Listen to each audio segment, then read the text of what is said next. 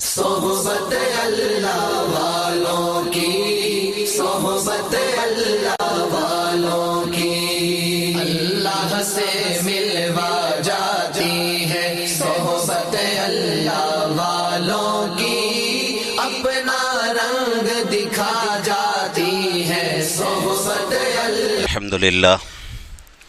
الحمد للہ نحمده ونستعینه ونستغفره ونؤمن به ونتوکل علیہ ونعوذ باللہ من شرور انفسنا ومن سیئات اعمالنا، من يهده الله فلا مضل له ومن يضلله فلا هادي له، ونشهد ان لا اله الا الله وحده لا شريك له، ونشهد ان سيدنا وسندنا وحبيبنا ونبينا ومولانا محمدا عبده ورسوله، وصلی اللہ علیہ وعلى آلہ واصحابہ وبارک وسلم تسلیما کثیرا کثیرا، اما بعد فاعوذ باللہ من الشیطان الرجیم، بسم اللہ الرحمن الرحیم۔ فمن حاجک فیہ من بعد ما جاءک من العلم فقل تعالوا ندع ابناءنا وابناءکم ونساءنا ونساءکم وانفسنا وانفسکم ثم نبتهل فنجعل لعنة الله على الكاذبين إن هذا لهو القصص الحق وما من إله إلا الله وإن الله لهو العزيز الحكيم، صدق الله العظيم وصدق رسوله النبي الكريم، ونحن على ذلك لمن الشاهدين والشاكرين والحمد لله رب العالمين۔ الحمدللہ ہماری تفسیر کا سلسلہ چل رہا ہے۔ سورہ مریم کی تفسیر، سورہ آل عمران کی تفسیر چل رہی ہے، جس میں حضرت عیسیٰ علیہ السلام اور اسی طریقے سے حضرت مریم رضی اللہ عنہا اور حضرت عیسیٰ علیہ السلام کے جو معجزات ان کا تذکرہ، اور اسی طریقے سے قیامت کے قریب آپ کو اللہ رب العزت دنیا کے اندر پھر بھیجنا اور زندہ آسمانوں پر آپ کو اٹھانا، یہ تمام باتیں گزر چکی ہیں۔ گزشتہ مجلس میں 2 آیتوں کی تفسیر ہوئی تھی، اس میں حضرت عیسیٰ علیہ السلام کے تعلق سے اللہ فرما رہے ہیں کہ حضرت عیسیٰ علیہ السلام حضرت آدم علیہ السلام کی طرح ہیں، کہ ہم نے آدم کو مٹی سے پیدا کیا ہے، تو عیسیٰ علیہ السلام بھی اسی طریقے سے مٹی سے پیدا کیے گئے، لیکن دونوں میں فرق یہ ہے کہ اللہ رب العزت نے حضرت آدم علیہ السلام کو بغیر ماں اور بغیر باپ کے پیدا کیا، حضرت عیسیٰ علیہ السلام کو بغیر باپ کے پیدا کیا ہے، یہ فرق ہے دونوں میں۔ اور بھی بہت ساری باتیں گزر چکی ہیں، وہ تمام باتیں اگر دہرائی جائیں تو وقت جو ہے آدھے گھنٹے کا اس میں ہی گزر جائے گا۔ تو آج کی مجلس کے لیے میں نے 2 آیتوں کا انتخاب کیا ہے۔ ان آیتوں میں اللہ رب العزت حضرت عیسیٰ علیہ السلام کے معجزات کا جو لوگ انکار کرتے ہیں اور اسی طریقے سے حضرت عیسیٰ علیہ السلام کو خدا جانتے ہیں، ان کے تعلق سے اور اللہ کے نبی پاک صلی اللہ علیہ وسلم کے تعلق سے ایک واقعہ بیان کر رہے ہیں۔ آیتوں کا ترجمہ سنتے ہیں۔ پہلی آیت جس میں اللہ فرما رہے ہیں فَمَنْ حَاجَّكَ فِيهِ مِن بَعْدِ مَا جَاءَكَ مِنَ الْعِلْمِ فَقُلْ تَعَالَوْا نَدْعُ أَبْنَاءَنَا وَأَبْنَاءَكُمْ وَنِسَاءَنَا وَنِسَاءَكُمْ وَأَنفُسَنَا وَأَنفُسَكُمْ ثُمَّ نَبْتَهِلْ فَنَجْعَلْ لَعْنَةَ اللَّهِ عَلَى الْكَاذِبِينَ۔ پس جو شخص آپ سے عیسیٰ علیہ السلام کے بارے میں حجت کرے، آپ کے پاس علم آنے کے باوجود، تو آپ فرما دیجئے کہ آ جاؤ ہم اور تم بلا لیں اپنے بیٹوں کو اور تمہارے بیٹوں کو، اپنی عورتوں کو اور تمہاری عورتوں کو، اور خود اپنے تنوں کو اور تمہارے تنوں کو، پھر ہم سب مل کر خوب دل سے دعا کریں، اس طرح کے اللہ کی لعنت بھیجیں ان پر جو ناحق ہیں۔ تو یہ آیت پاک کا ترجمہ ہوا۔ جب سورہ آل عمران شروع ہوئی تھی، اگر آپ میں سے کسی کو یاد ہو تو بات آسانی کے ساتھ سمجھ میں آ سکتی ہے کہ سورہ مریم جب شروع ہوئی، سورہ آل عمران جب شروع ہوئی تھی تو اس وقت ایک واقعہ میں نے بیان کیا تھا وفد نجران کا ایک وفد تھا، ایک جماعت تھی جو اللہ کے نبی صلی اللہ علیہ وسلم کی خدمت میں آئی تھی حضرت عیسیٰ علیہ السلام کے تعلق سے بحث کرنے کے لیے۔ تو اس واقعے کو اللہ رب العزت پھر یہاں بیان کر رہے ہیں۔ کیا ہوا واقعہ کہ حضرت اللہ کے نبی پاک صلی اللہ علیہ وسلم نے نجران کا جو وفد ہے اس تک ایک قاصد بھیجا، اور اللہ کے نبی صلی اللہ علیہ وسلم کی طرف سے 3 باتیں بتائی گئیں، 3 آپشن دیے گئے۔ ایک، یا تو تم مسلمان ہو جاؤ، دوسرا آپشن تھا یا تو آپ جو ہے جزیہ ادا کرو، ٹیکس ادا کرو، تیسرا تھا یا تو پھر جو ہے جنگ کے لیے تیار ہو جاؤ۔ تو ان 3 باتوں میں سے کسی ایک کو اختیار کرنا ہے، ورنہ تو پھر جو ہے آپ کے لیے بڑی مشکلیں کھڑی ہو جائیں گی، بڑی مصیبتیں کھڑی ہو جائیں گی۔ تو اس جماعت نے، اس وفد نے کسی بات کو نہیں مانا، اور اس بحث و مباحثے پر اتر گئی وہ جماعت کہ حضرت عیسیٰ علیہ السلام وہ خود جو ہے اللہ ہیں، وہ خود جو ہے اللہ کے بیٹے ہیں، اس طریقے سے وہ لوگ جو ہے باتیں کرنے شروع کر دیے۔ وہ وفد آیا اللہ کے نبی صلی اللہ علیہ وسلم کی خدمت اقدس میں، اور اس میں شرحبیل اور ایک عبداللہ ابن شرحبیل اور اسی طریقے سے جبار ابن قیس، 3 لوگ اس جماعت میں موجود تھے۔ تو اللہ کے نبی صلی اللہ علیہ وسلم کی طرف سے قاصد گیا نجران اور اس وفد کے پاس گیا، اس جماعت کے پاس، اور اللہ کے نبی صلی اللہ علیہ وسلم کی طرف سے جو 3 آپشن دیے گئے تھے، 3 باتیں بتائی گئی تھیں، ان 3 باتوں کو قاصد نے بتا دیا۔ تو اب انہوں نے کیا کیا، ایک وفد جو ہے اللہ کے نبی صلی اللہ علیہ وسلم کی خدمت میں بھیجا بات کرنے کے لیے۔ اس میں یہ 3 لوگ تھے، ایک شرحبیل تھا، ایک عبداللہ ابن شرحبیل، اور تیسرا جبار ابن قیس۔ یہ 3 لوگ تھے۔ یہ 3 لوگ آئے اللہ کے نبی صلی اللہ علیہ وسلم کے پاس۔ اللہ کے نبی صلی اللہ علیہ وسلم جو بات کہہ رہے ہیں اس کو ماننے تیار نہیں، اور جو بھی شرط اللہ کے نبی صلی اللہ علیہ وسلم رکھ رہے ہیں اس کو بھی نہیں مان رہے ہیں۔ تو اللہ کے نبی صلی اللہ علیہ وسلم نے آخر میں ان سے کہا کہ بھئی نہ تو ہماری بات مانتے ہو، نہ تو ہماری شرائط تم مانتے ہو، اور ایک ہی رٹ لگائے بیٹھے ہو کہ حضرت عیسیٰ علیہ السلام خدا ہیں، اللہ کے بیٹے ہیں۔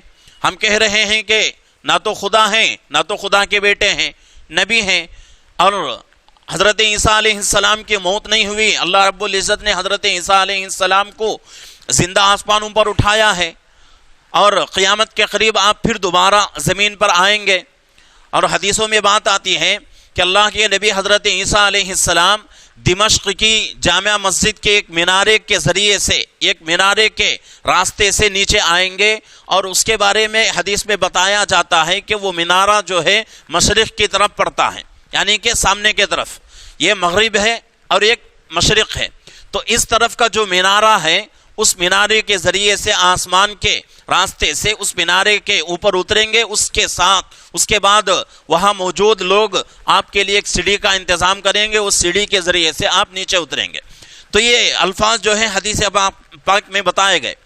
اللہ کے نبی صلی اللہ علیہ وسلم ان کو بتانے کی اور سمجھانے کی کوشش کر رہے ہیں کہ بھئی اللہ کے نبی حضرت عیسیٰ علیہ السلام نہ تو اللہ ہے، نہ تو اللہ کے بیٹے ہیں۔ اللہ رب العزت کی ذات جو ہے خدا، اسی ذات کو کہا جاتا ہے۔ اس سے پہلے بھی میں نے کہا تھا کہ خدا کس کو کہتے ہیں؟ خدا وہ ذات ہے جو کسی کے پیٹ سے پیدا نہ ہوا ہو اور اس کے ذریعے سے کوئی پیدا نہ ہوا ہو، اس ذات کو خدا کہا جاتا ہے۔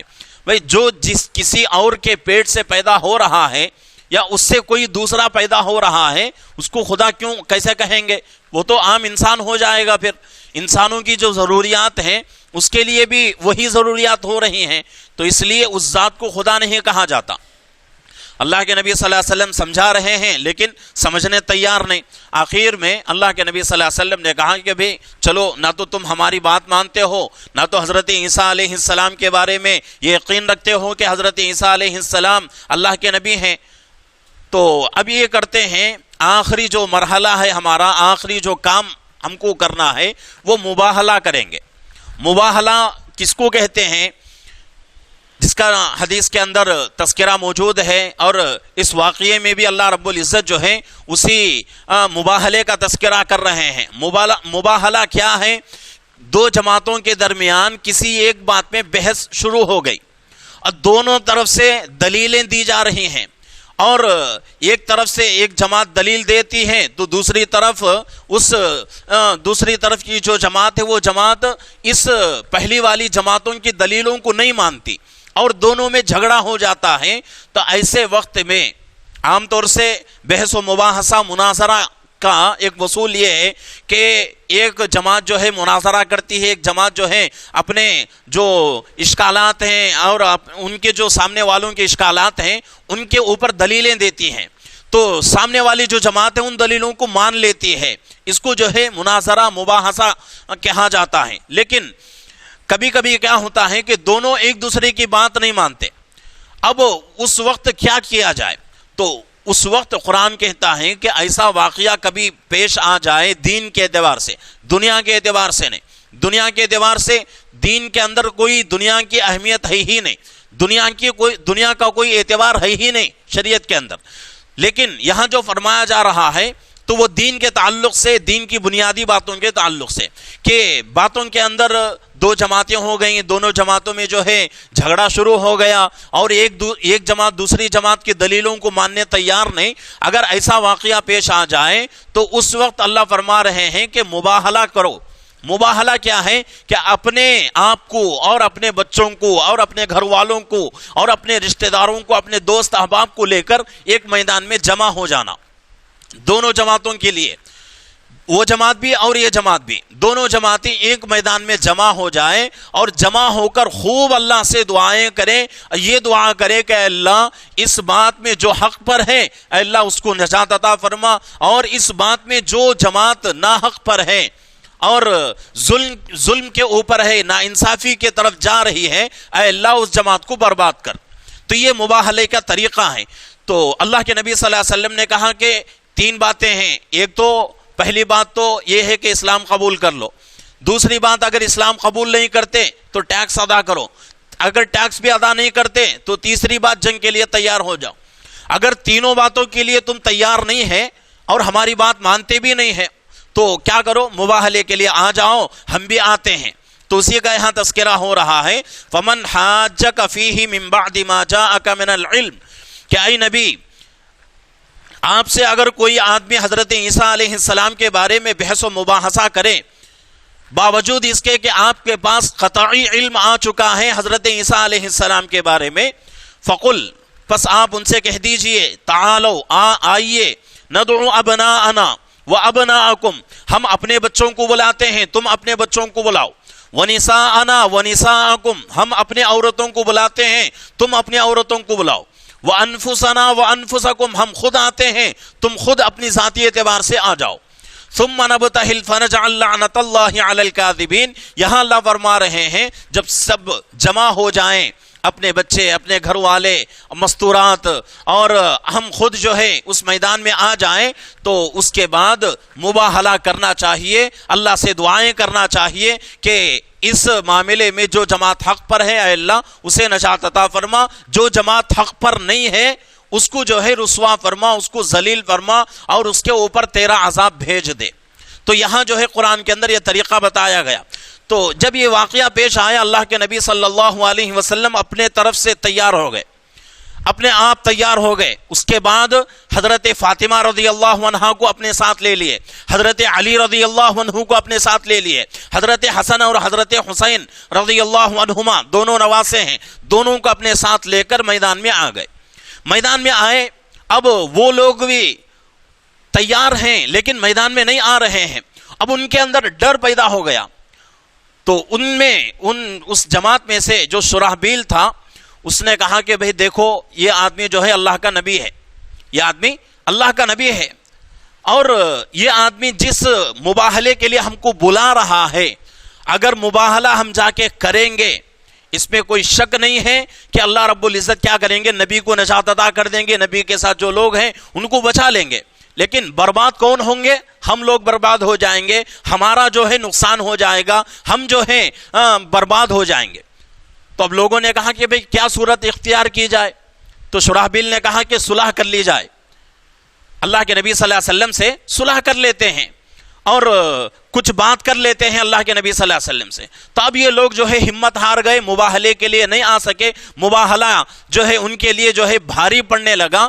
تو ان لوگوں نے کیا کیا، اب اللہ کے نبی صلی اللہ علیہ وسلم کے پاس آئے، آ کر کہنے لگے کہ ہم جو ہے مباہلہ آپ سے نہیں کرتے، آپ سے جو ہے صلح کرنا چاہتے ہیں۔ اللہ کے نبی صلی اللہ علیہ وسلم نے کہا جب صلح کی بات آ گئی تو آپ کو جزیہ ادا کرنا پڑے گا، ٹیکس ادا کرنا پڑے گا۔ تو انہوں نے کہا کہ ہم ٹیکس ادا کریں گے، کیا ٹیکس آپ کی طرف سے ہمارے اوپر لاگو ہوتا ہے وہ بتا دیں، ہم جو ہے ہر سال اس کو جو ہے آپ کی خدمت میں بھیجتے رہیں گے۔ تو یہ واقعہ ہوا۔ یہ واقعہ ہونے کے بعد وہ وفد جو ہے اپنے مقام میں، فوٹو سب اتارنا نہیں،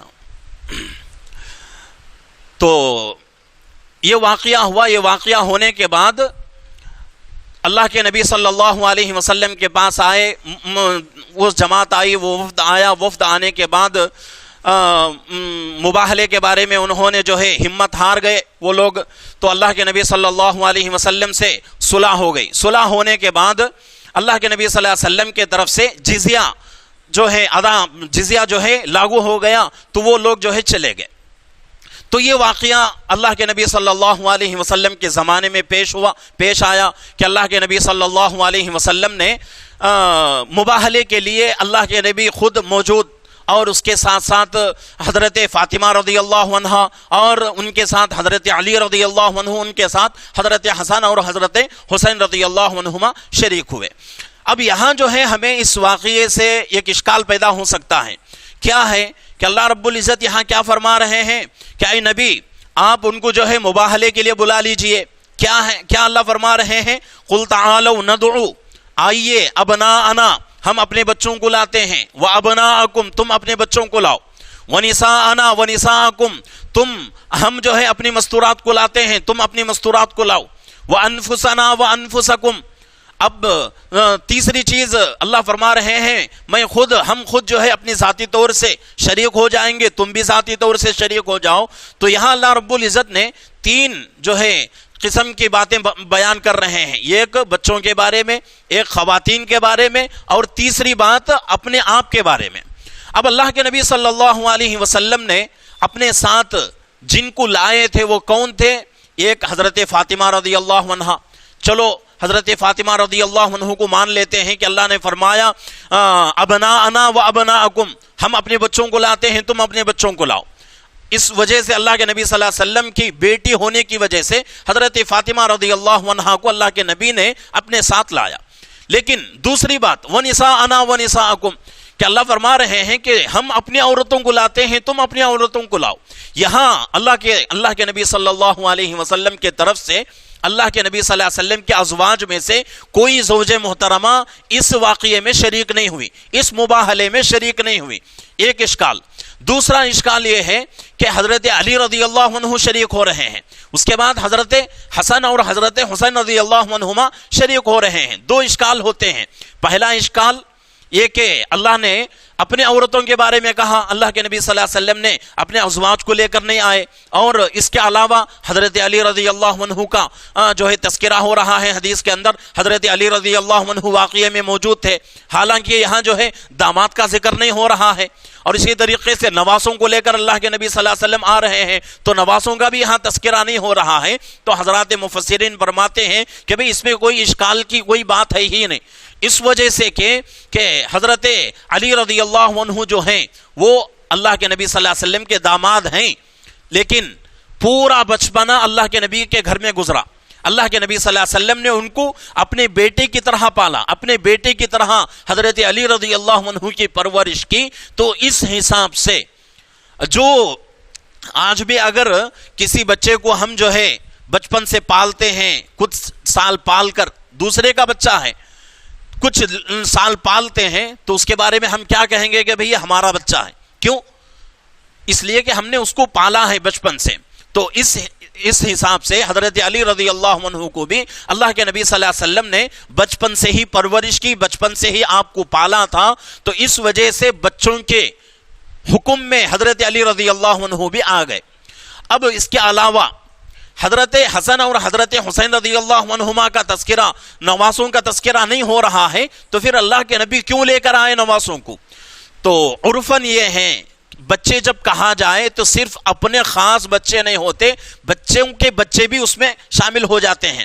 یعنی کہ کسی گھر میں جو ہے نواسے بھی ہوں، پوترے بھی ہوں، اور دادا نانا موجود ہوں، تو وہ لوگ یہ نہیں کہتے کہ بھی یہ میرے بچے نہیں، کوئی آدمی یہ نہیں کہتا کہ یہ میرے بچے نے، میرا بچہ یہ ہے، یہ میرے بچے نے، کوئی آدمی دنیا کا ایسا نہیں کہتا، سب کے بارے میں کہتا ہے کہ بھئی یہ میرے بچے ہیں۔ تو یہی جو ہے عرفاً اور یہی جو ہے ماحول میں، معاشرے میں یہی الفاظ استعمال ہوتے ہیں۔ تو اسی طریقے سے اللہ کے نبی صلی اللہ علیہ وسلم نے بھی اسی بات پر عمل کرتے ہوئے بچوں کی جگہ میں حضرت علی رضی اللہ عنہ کو بھی لیے، حضرت فاطمہ رضی اللہ عنہ کو بھی لیے، اور حضرت حسن اور حضرت حسین رضی اللہ عنہما کو بھی لے لیے۔ پہلا اشکال جو ہے وَنِسَاءَنَا وَنِسَاءَكُمْ، کہ تم اپنی عورتوں کو لاؤ، ہم اپنی عورتوں کو لاتے ہیں، تو ازواج مطہرات میں سے کوئی زوج محترمہ اس واقعے میں شریک نہیں ہوئی، کیا وجہ ہے؟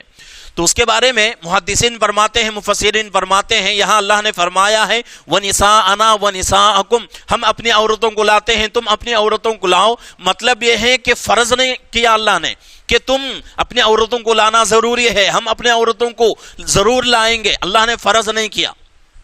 مباہلے کے لیے اپنے بچوں کا ہونا ضروری نہیں، اپنے گھر والوں کا ہونا ضروری نہیں، کچھ دوست احباب بھی اگر جمع ہو کر کسی معاملے میں مباہلہ کرنا چاہیں تو کر سکتے ہیں۔ تو یہ طریقہ ہے، تو اس وجہ سے پورے اشکالات ہمارے جو ہیں دور ہو جاتے ہیں۔ آگے فرمایا جا رہا ہے، دوسری آیت ہے ان هذا لهو القصص الحق وما من اله الا الله وان الله لهو العزيز الحكيم، بے شک جو کچھ مذکور ہوا، جو کچھ یہ باتیں بتائی گئی ہیں، یہ سچی باتیں ہیں۔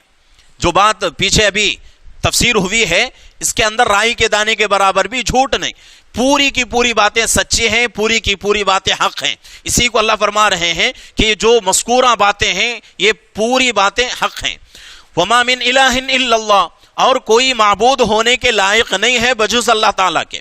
یہاں اللہ فرما جو ہے ایک بنیادی بات بتا رہے ہیں، عقیدے والی بات یہاں اللہ فرما رہے ہیں عیسائیوں کے لیے، اور وہ لوگ ان لوگوں کے لیے جو لوگ اللہ کے نبی حضرت عیسیٰ علیہ السلام کو خدا مانتے ہیں یا خدا کا بیٹا سمجھتے ہیں، ان کے بارے میں اللہ فرما رہے ہیں کہ بھئی اللہ کے علاوہ کوئی خدا ہو ہی نہیں سکتا، اللہ کے علاوہ کوئی خدا ہو ہی نہیں سکتا۔ دنیا کے لیے صرف ایک خدا ہے، ایک کے علاوہ دو تین خدا ہو جائے دنیا کا نظام صحیح طریقے سے چل نہیں سکتا۔ مثال کے اعتبار سے مسجد ہے، اس سے پہلے بھی اس کے اوپر جو ہے بہت ساری باتیں میں نے عرض کی ہیں، یہ مثال اس سے پہلے بھی میں نے دیا تھا، پھر ایک مرتبہ جو ہے مثال دیتا ہوں کہ یہ مسجد ہے جس میں ہم جو ہے نمازیں پڑھتے ہیں، اللہ کی عبادتیں ادا کرتے ہیں، تو اس مسجد کے لیے ایک ہی صدر ہوتا ہے، ایک ہی متولی ہوتا ہے۔ اگر دو تین صدر ہو جائیں، دو تین متولی ہو جائیں، تو مسجد کا نظام پورا برباد ہو جائے گا۔ ایک صدر یہ چاہے گا کہ بھئی یہ امام ہم کو نہیں چاہیے، دوسرا امام ہم رکھیں گے، دوسرا چاہے گا کہ نہیں دوسرے امام کی کیا ضرورت، اسی امام کو ہم رکھ کر کام چلائیں گے، تو اس طرح جو ہے جھگڑا ہو جائے گا۔ تو جب ایک مسجد جو ہے اس کے دو تین متولی ہو جائیں، دو تین صدر ہو جائیں، تو اس کا نظام باقی نہیں رہ سکتا۔ تو اتنا بڑا جو ہے، اتنی بڑی دنیا، اتنی بڑی کائنات دو خداؤں سے یا دو سے زائد خداؤں سے کیسے چل سکتی ہے؟